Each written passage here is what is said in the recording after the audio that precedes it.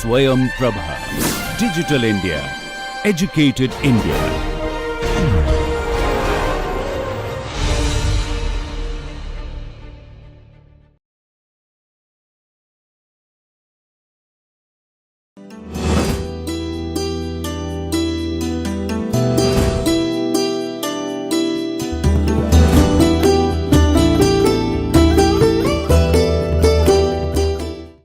Hello viewers, welcome back to this NPTEL course on ESD, Education for Sustainable Development. In the last class, we were discussing about the skills, competencies, attributes of sustainable leaders. So, to continue with that, let us have a look on the empirical studies. So, this is a kind of study framework given by some researchers, like the components and dimensions of sustainable leadership. Like for example, institutional dimensions, social dimension, environmental dimension and economic dimension. So, institutional dimension, how the power of personality, leader's personality. Then social, that is his interaction with his followers, with his colleagues, with his employees, co-workers. And environmental, like the organization's environment, organizational values, mission, vision, goals, etc. And the economic is the results, outcome of the whole activity. These are the components and dimensions. Similarly, the type of intelligence that goes with the components and dimensions, like for example, you can say for the personality dimension, personality or institutional dimension, all kinds of psychophysical attributes, and the social interaction, social dimension, social interaction is more of the emotional intelligence. And in the environmental, it is more of the spiritual, ethical, spiritual intelligence and moral intelligence, ethical intelligence, etc. And the economic aspects, it's kind of practical intelligence.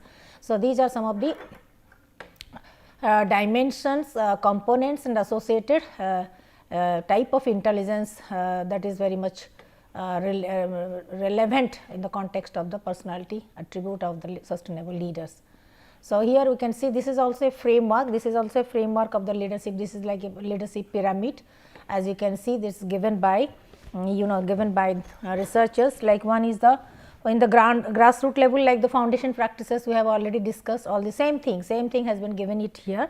And in the then higher level matrices, higher level practices are like self management, team organization, enabling culture, all these things that we have discussed in the previous classes. And in key performance areas, like first is the staff engagement, strategic innovation, strategic and creative innovations, then the staff engagement and the quality. These are the key performance outcomes, concepts of drivers of any organization's sustainability or the leadership sustainability. And the performance outcome as related to more of, you can say, that we have already discussed about the key stakeholders values, key investors, key performances, performance outcomes, all these things are performance outcomes. So, similarly, sustainability priorities are we have already discussed the sustainability priorities are environment, economic aspect and the social dimension. And the economic in the economic aspect, you can say responsible procurement, engine of economic development. That means the organization's economic driver should move towards the not only the conservation of resources, but also the responsible procurement of these resources, raw materials, etc., and how the economic development can be achieved, the economic growth, prosperity, etc. And environment, that is the protection of the ecosystem in terms of energy, creating the clean energy, and then buildings, minimum carbon emissions, the water, the quality of water and sufficient quantity of water. Then transportation also, what are the gas emissions due to the transportation, and how then waste management also, like the residual materials, how these are being managed, then greening and the biodiversity, all these are the environmental dimensions to be taken care of. And social dimension is it's more towards the community well-being, employee well-being, community well-being, service culture, work culture, and you can say sound soundscape management, how to reduce the noise pollution, environmental pollutions and the healthy state of mind, mental health, physical health of the stakeholders, and the community involvement, engagement, and the employees well-being. So, these are the priority areas of the sustainability domain, sustainability approach. So, these are the priorities of sustainability in case of organization, and similarly the leaders are also supposed to look at this. So, similar, this is also a framework. So, sustainable leadership, as we have discussed in the context of European context, so they have given the sustainable leadership framework like economic sustainability. For example, economic sustainability, first thing is that solidifying the financial basics, financial capitals, financial basics, to how to consolidate it, solidify it, then orient your business model towards a sustainable future. So, when you are planning for a business activity, business planning or strategies, so you must look into the future. For the future, then that would be more sustainable and secure. And similarly, cooperate to improve your economic environment. So, if you take it that economic sustainability, then you have to take into consideration these three financial basics, standards and foundations. You can say securities, then planning for the future. The business model should aim at the sustainable future. And then third one, these are the how to cooperate to improve the economic environment, like creation of new jobs, employment opportunities, sustainable growth, financial security, then making that means institutional prosperity, or individuals, even small sectors, small and medium sector industries, entrepreneurship, all kinds of the things. That means how they can also prosper and be self sufficient. So, these are the aspects of sustainable leadership in case of the economic sustainability. So, now again, how we have already discussed about how to map the sustainable leadership things, like in terms of scope, in terms of focus, in terms of strategies, etc. So, similarly, for example, sustainable leaderships, how to monitor it, like first thing is that what are the existing challenges, emerging challenges, existing challenges are there. So, whether these are driving performances, like 3 dimensions driving performances, enabling the community and connectivity, and managing the risks and regulations. So, when we monitor it, first we have to look into the challenges in terms of communication, long term perspective, so long term orientation, in terms of the security, ESG data, meaningfully interpreting the data, meaningfully complying with the increasing political regulatory pressures. For any kind of business success, the political environment, that means ecosystem, then the resources, the policy framework, these regulatory activities, regulatory policies are also equally important. So, how the organization and the leaders, they can comply with the political and regulatory pressures and the policies. So, then identifying the long term opportunities and the risks. Every time they have to do the SWOT analysis. From time to time they have to reflect on their strengths, weaknesses, opportunities and the threats, and accordingly map their competencies and the skills from time to time to enhance effectively and act proficiently. So, these are the challenges, how to deal with these challenges, face the challenges, okay, that is to mitigate the challenges. Second, towards the outcome, that is the solution. What would be the solution? Solution is that provision of the hard data to underpin the long term decisions. So, data analytics, business analytics, it takes a very important part in the business decision making or the sustainable future. Like for example, the data that you are collecting from the market, from the investors, from the shareholders, from the consumers and customers, that has to be interpreted efficiently. So, for taking the long term decision, or for taking any kind of strategic planning for the future. So, that is the provision of how you are being able to interpret the data, utilize the data, and leverage the data through analytics, and it helps you in long term decision making. Second is that you can say tracking the past performance to inform the future projections. Always you have to link with your past experiences, past performances, to be very attentive about the present, your present situation, to be updated in the current status, and similarly to leverage your past experience and match it with the present and look forward or assume or make predictions on the basis of the data and past experience about the future. So, how you can project your organization for the future endeavor, future opportunities, future branches, future you can endeavors, future you can say expansion of the business, that also you have to deal with strategically.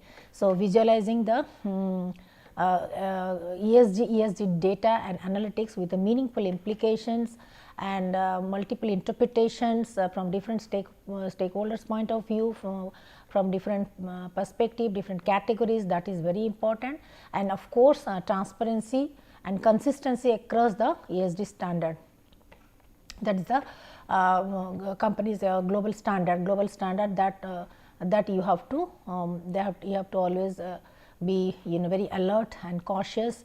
So, these are the solutions. So, through this only you can mitigate the emerging challenges in data interpretation, then taking the well informed decisions on the basis of the past experience in the data interpretation, and then you have to follow that, ensure that transparency, consistency exists across the quality, across the standards, across the sections. So, here driving performances, enabling the community and connectivity, and making the risk and regulations, managing the risk and regulations. So, these are the prominent three, you can say three major activity of the organization and the sustainable leadership.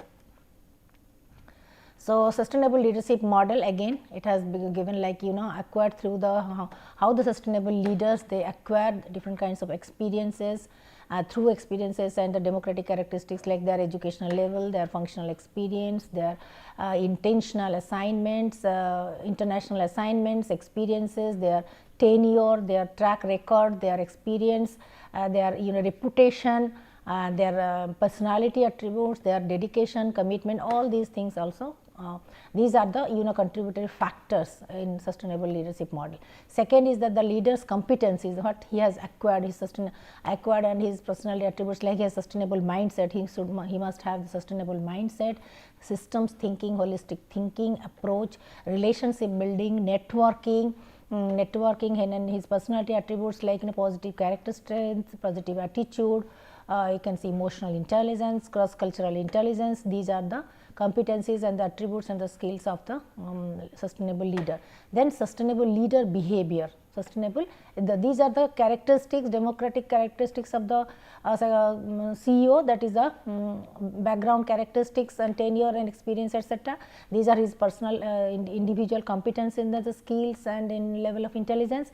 Then how all these things get reflected through his behavior and activity, that is mode of operation, like the leading towards the putting effort towards the fulfilling the company's vision, mission, strategy, goals, then develop some kind of sustainable operationalization of this operationalization of for strategies, acquire the management, then engage the stakeholders across the boundaries, and employee engagement, empowering the stakeholders, relationship with the stakeholders, then how to continue with the ongoing communication and knowledge dissemination process, establishing the performance management practices, appraisal, use of ethics and integrity, transparency, accountability, all these kinds of should be reflected through his behavior.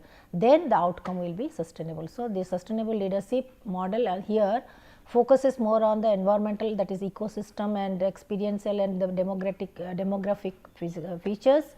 Then the leaders or sustainable leaders competency, the skills, and then towards his behavior, activity, mode of operations and transactions and communications and management skills, all kinds of things. So, then only the outcome will be sustainable.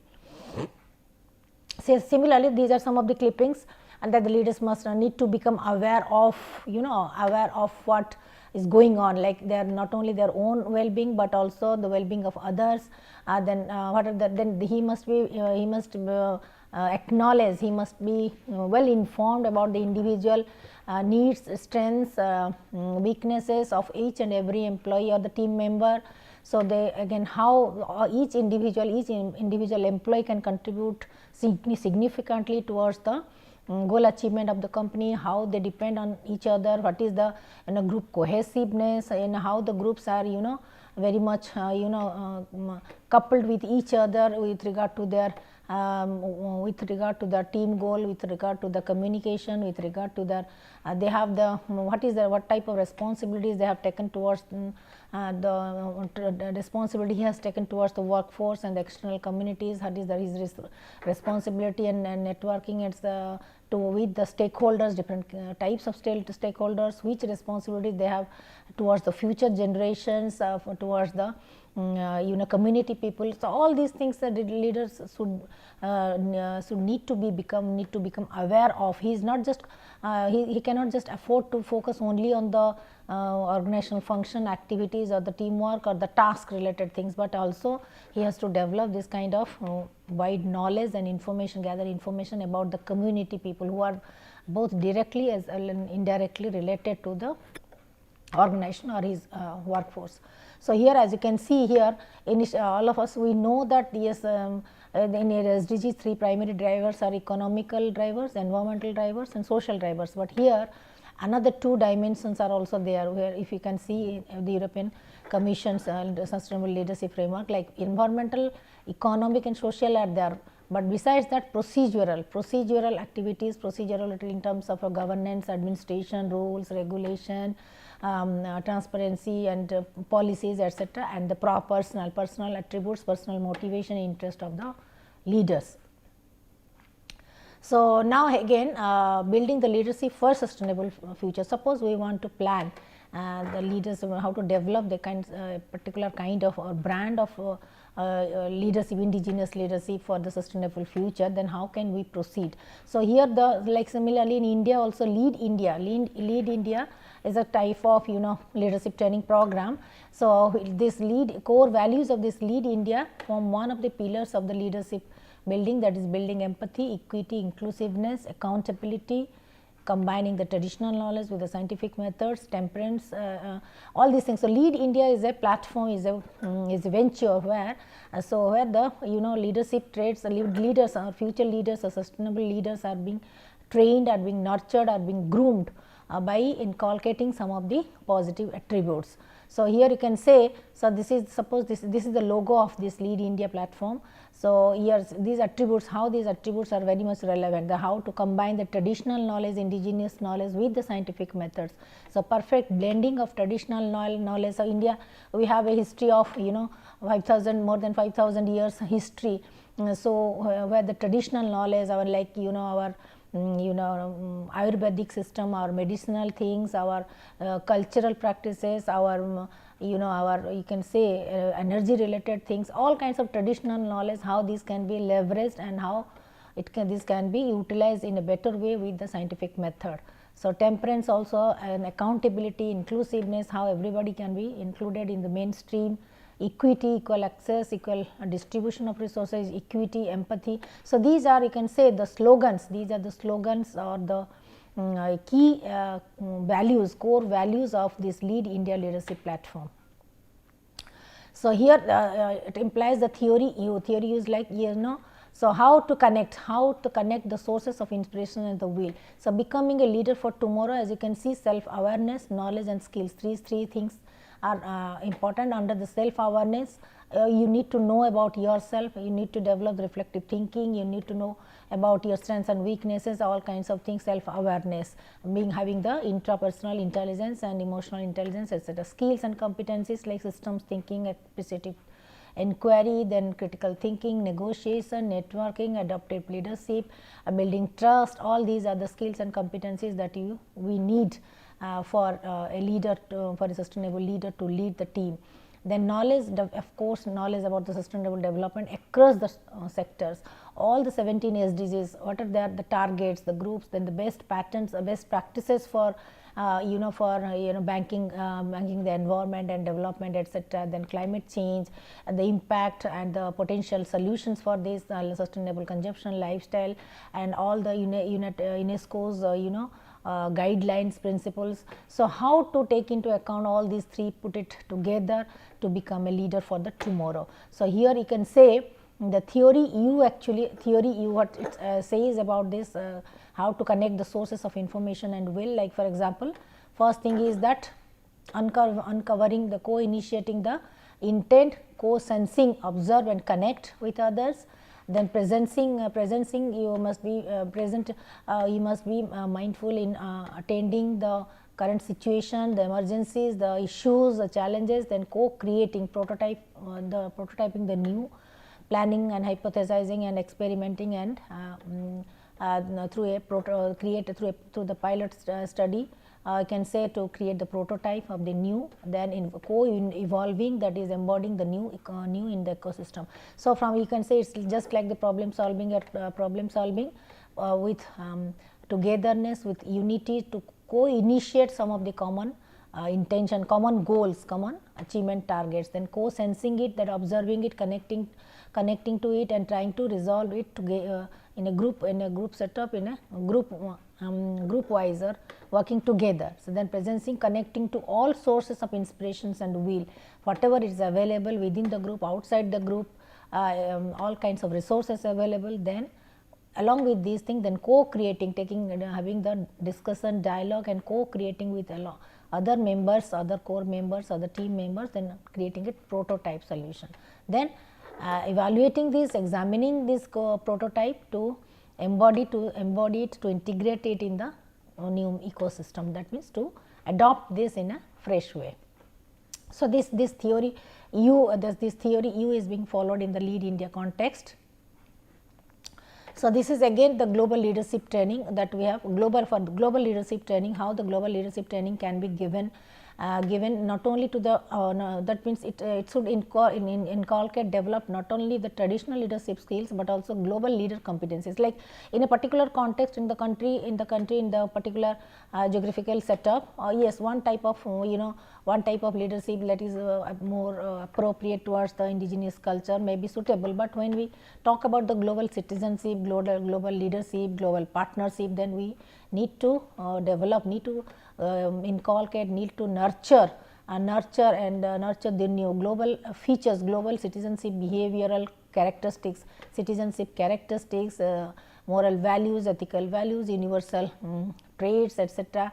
So, to have that means to transform not only the individual self, but also to try to influence people in the communities. Like, so, to become a global leaders, we need to transform ourselves, individual self first. So, self actualization or the transformed self is very important. So, because this transformed self can only help in not only developing a global leadership attribute, but can also help in community transformation, or through him only just society, sustainable society, happy society and community well-being can be achieved. So, here in this framework you can see as how to achieve this global, that means how should we design, how should we plan, how should we execute, how should we train our leaders to be the global leaders. So, these are the domains. Main first thing is as cultural sensitivity training. So, they need to be exposed to the different culture, cross cultural perspective. They need to understand these cultural cultural practices, features, nuances, and should be very empathetic and sensitive towards to the other cultures. So, besides their native cultures, how they should in cross cultural context, how they should behave, they should interact, how they should understand, and they should be empathetic.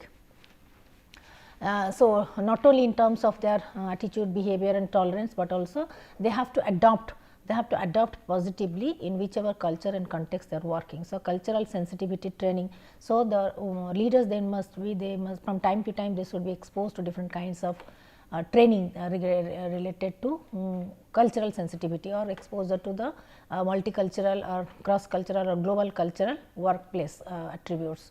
Then emotional intelligence, of course, it is the basis of, you can say, all our affective domain, behavior, mind, attitude, sustainability, and our, you can say, all the emotional of course cognitive part is there, emotional, intellectual, creativity part. So, emotional intelligence is the base of, we can say, our personality attribute. So, experiential learning, the more and more we are exposed to practical experiences, real life experiences through different kinds of project works, group works, team work, collaborative work. So, we can gather the first hand data. So, experiential learning, all the leaders should be exposed to this real life projects, real life situations, reality oriented projects. So, that is a part of, that would be a part of the experiential learning, from which they can grasp the direct experience, direct understanding, direct you can say vision, direct experience and relevant experience, and direct analytical skill, thinking pattern and understanding of the current problems, realistic problems, or what actually happens in the reality. Then accordingly they can develop the different types of competencies through competencies training, through skill training, through maybe sometimes maybe unlearning certain obsolete things and relearning freshly, or new learning and adopting new learning habits, new then adopting the technological skills, competencies, updating them in terms of the global requirement, job skills, generic skills, soft skills, sustainability skills. So, all these competency training and skill trainings are also a part of it. So, if you want to develop a global leadership training framework, then these 4 things are very important to build up this emotional intelligence, soft skills, etc., giving them the exposure regard the cultural sensitivity and experience, or give them the opportunity to experience the real life problems, situations, and from time to time update them in terms of the relevant competencies, skills, global skills, competencies, and sustainability competencies. And then you can see, so the global leaders competencies are these have been described in this way. Yes, first thing is that how can they develop the positive attitudes, then how they should behave like a positive people, and so factors that aid to become the global leaders. These are the factors. These are the factors like your observation skill, connecting with others, how do you observe and learn from the experiences, and then how you build the contacts, how you connect with others, how you grasp the whole things, what are the key qualities. Then attitude is that willingness to move out, like out from the one's comfort zone and to take the initiative, willingness to learn, willingness to accept the failure, confidence, then willingness to act ethically, positively, and accountability. All these positive attitudes should be there. Then undesirable is how to get rid of your mental, you can say mental stigmas, prejudices, all kinds of rigidity, all kind of rigid mindset, how to get rid of all these things. Similarly, managing self, how to managing self, managing people and relationship, and managing the organizations then. So, first thing is that in order to become a global leader, we need to manage, we need to transform our individual self. So, hence we have to develop a global mindset, always try to think in terms of global perspective, in terms of the systems thinking, in terms of a broader perspective, inquisitiveness, keenness, curiosity to learn, to know the new things. Flexibility must have the dynamicity and the flexibility in working condition, in working process, in interactions, in assignments, in discharging responsibility, delegating the responsibility, or flexibility. Then the correct positive characteristics, strengths to develop the individual characters, and of course resilience and optimism. Optimism, being positive is very good, but you should not be over positive, like false positive. Optimism is not advisable, like you must be very practical. So, being practical, you must be optimist, like identifying the true cause of the failure, then trying to build up the skills and competencies. Being resilient, tolerant to to fight back, to have the patience and energy to come back to the normalcy. So, these are the attributes required for developing a transformative self, transforming our self or individual self, transforming the leaders, transforming the personality of the leader. So, managing the self or transforming our individual self, we need to develop these things. Then managing people and relationship, yes, definitely. we must give priority to the our employees, our workers, our peoples, their needs, aspirations, their always look at their strengths, their positive aspects, strengths, their their positive attributes. Similarly, we must enhance cross cultural communication, interpersonal skills, empowering others, delegating others, then teaming skill, how to build a team, how to interact, how to maintain the cohesiveness within the team, skills by developing how to draw the consensus, how to develop a democratic decision, negotiation skills, communication, negotiation, cooperation, collaboration, and a kind of service orientation towards others, helping out others. So, these are the positive attributes through which we can manage the people and develop the relationship, positive relationship. Then only we can move towards the business organization. So, then that will help the individuals or the leaders towards acquiring the business acumen, like the vision and strategic thinking towards the future goals, leading a change. So, you can be a change catalyst within the organization, in the community, in the society, and you will be very apt businessman, business savvy.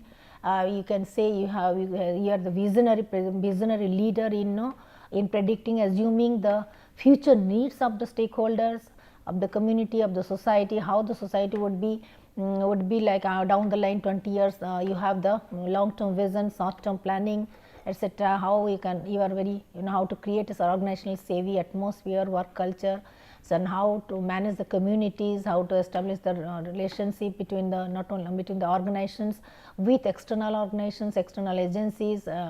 So, in the global context.